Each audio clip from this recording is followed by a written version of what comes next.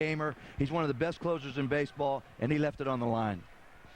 But it's the White Sox. 44 years Houston, 88 the Chicago White Sox. Might as well dump all the bottles, spray it all over. The White Sox are champs in baseball. The National Hockey League was formed in 1917. It was the same year that the Chicago White Sox last won a World Series. It's been 88 years. Tim Kirkchin now on perspective, how a team overcomes such a crazy long drought.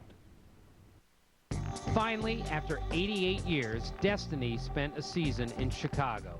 Not with the cuddly Cubs from the north side, but with the rough, tough White Sox from the rough, tough south side. It's about time. Since the White Sox last World Championship in 1917, their greatest moments were infamous. The throwing of the 1919 World Series and Disco Demolition Night. There were no obvious moments of greatness until this season. Now they have plenty. The signs of destiny and brilliance were there all season. We just didn't recognize them. The White Sox had a lead in each of their first 37 games, breaking the record set by the 1955 Dodgers, who won the World Series. There was manager Ozzie Guillen, who, in the middle of a near collapse, said he might retire if the White Sox were to win the World Series. When the White Sox became the first team in history to have a 15-game lead drop under 3 games, it appeared they were on the verge of one of the biggest folds in baseball history.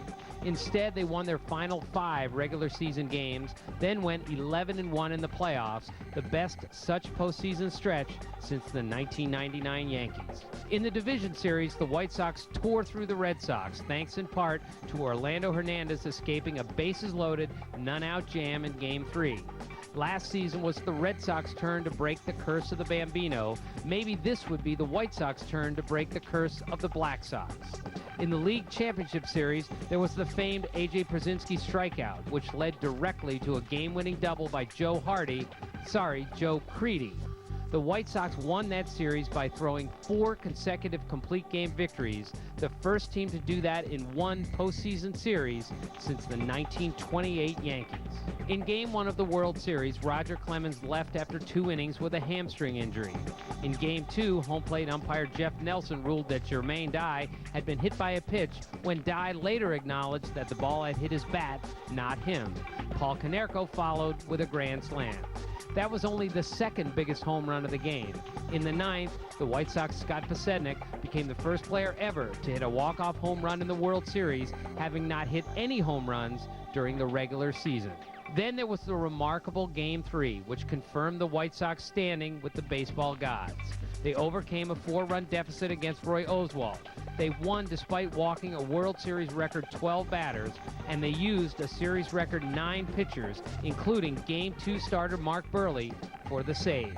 They won when Jeff Blum, whose last RBI in a win was July 3rd, joined Dusty Rhodes in 1954 as the only players to hit an extra-inning home run in their first career plate appearance in the World Series. When it was over and the White Sox were champions of the world for the first time since 1917, the team without a 300 hitter, with a rookie closer, and with a manager who is more brilliant than crazy, celebrated wildly. Destiny may end in NY, but finally, it came to Chicago. Here's the 1-2 pitch to Palmeiro. A ground ball past Jenks up the middle of the infield. Uribe has it. He throws. Out! Out! A White Sox winner and a world championship. The White Sox have won the World Series, and they're mobbing each other on the field. This was a great ball game tonight. This is as good as it gets. The Sox are world champions in Chicago. Go crazy.